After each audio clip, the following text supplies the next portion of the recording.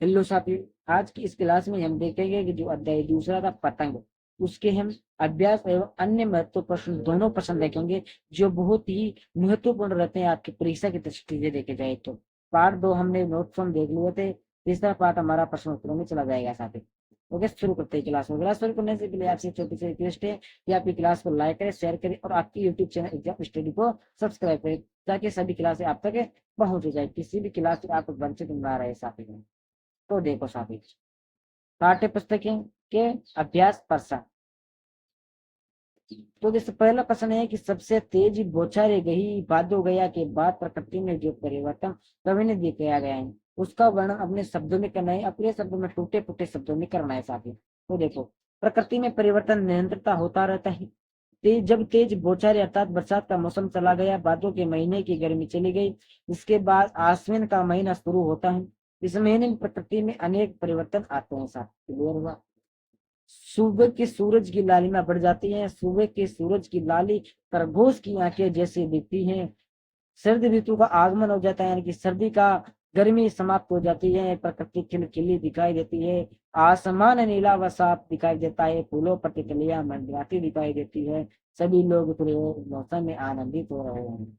इस प्रकार का वर्णन किया गया है। दूसरा है कि सोच कर बताइए कि पतंग के लिए सबसे हल्की और रंगीन चीज, सबसे पतला कागज, सबसे पतली कमानी जैसे विश्लेषणों का प्रयोग क्यों किया है साथियों। तो देखो, कवि ने पतंग के लिए अनेक विश्लेषणों का प्रयोग किया है। पतंग का निर्माण रंगीन कागज से होता है, इंद्रधनुष के समान ये अनेक रंगों की होती है। इसका कागज इतना पतला होता है कि बूंद लगते ही पड़ जाता है, ये बांस की पतली कमानी सी होती है, बनती है। कवि इनके मध्य से बाल सुलभ चेष्टाओं का अंकन करता है। पतंग भी बालमन की तरह कल्पनाशील, कोमल व हल्की होती है साथियों। तीसरा है कि बिंब स्पष्ट कीजिए। ओके, जो दिया गया है उसको स्पष्ट करना है। तो सबसे तेज बौछारे गई भादो गया, सवेरे हुआ खरगोश की आंखों जैसा लाल सवेरा सद आया, फूलों को पार करते हुए अपनी नई चमकीली साइकिल तेज चलाते हुए, घंटे बजाते हुए, जोर जोर से चमकीले इशारों से बुलाते हुए, आकाश को इतना मुलायम बनाते हुए कि पतंग ऊपर उठ सके। अब इसका उत्तर देखेंगे साथियों, बिंब देखेंगे। देखें, तो देखो साथियों, कवि ने इस कविता में दृश्य बिंब का सार्थक व स्वाभाविक प्रयोग किया है।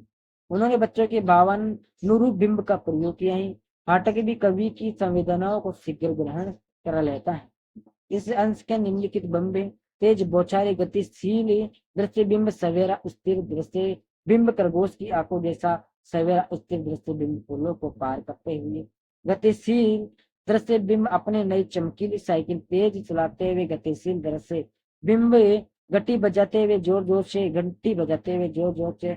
श्रव्य बिंब, चमकीले इशारों से बुलाते हुए गतिशील दृश्य बिंब, आकाश को इतना मुलायम बनाते हुए स्पर्श दृश्य बिंब, पतंग ऊपर उठे हर सके गतिशील दृश्य बिंब है। ओके साथ, ये समझ में आया ना? कुछ यहाँ पर सावित्री भी है साथ ही।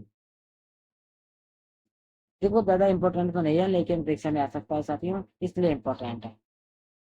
चौथा है कि जन्म से वे अपने साथ लाते हैं कपास, कपास के बारे में सोचे कि कपास से बच्चों का क्या संबंध बन जाता है। देखो, कपास से बच्चों का गहरा संबंध है, दोनों में काफी समानता है। कपास जैसे सफेद सफेद होते हैं, वैसे ही बच्चे भी सफेद अर्थात गोरे होते हैं। कपास की तरह ये बच्चे कोमल और मुलायम होते हैं, कपास के रेशे की तरह उनकी भावनाएं होती हैं। वास्तव में बच्चों की कोमल भावनाओं का और उनकी मासूमियत का प्रतीक है कौन? कपास। इंपॉर्टेंट है। पांचवा है कि पतंगों के साथ साथ वे भी उड़ रहे हैं, बच्चों का उड़ान से कैसा संबंध बनता है। जिस तरह पतंग ऊपर और ऊपर उठ जाती हैं, ठीक उसी तरह बच्चों की आशाएं भी बढ़ती चली जाती हैं। पतंगों के साथ साथ उनकी भावनाएं भी उड़ जाती है, अर्थात उनके मन में नई नई इच्छाओं और उमंगों आती हैं। वे भी आसमान की अनंत ऊंचाई तक पहुंच जाना चाहते हैं, ताकि अपनी हर इच्छा पूरी हो सके। क्लियर हुआ? अगला छठा प्रश्न है कि निम्नलिखित पंक्ति को पढ़ना है और प्रश्नों का उत्तर देना है। तो देखो, पहला है कि छतों को भी नरम बनाते हुए, दिशाओं को मृदंग की तरह बजाते हुए। ओके, तो यानी कि दिशाओं को मृदंग की तरह बजाने का तात्पर्य है। एक मिनट रुको बच्चों, एक मिनट रुको साथ में। अगला है अगर वे कभी गिरते हैं, छतर के किनारे गिरते बच जाते हैं, तभी वे तो नीले होकर सुंदर सूर्य के सामने आते हैं। पंक्ति को पढ़ना है, नीचे दिए गए प्रश्न के उत्तर देना है। पहला है कि दिशाओं को मध्यंग की तरह बजाने का क्या तात्पर्य है।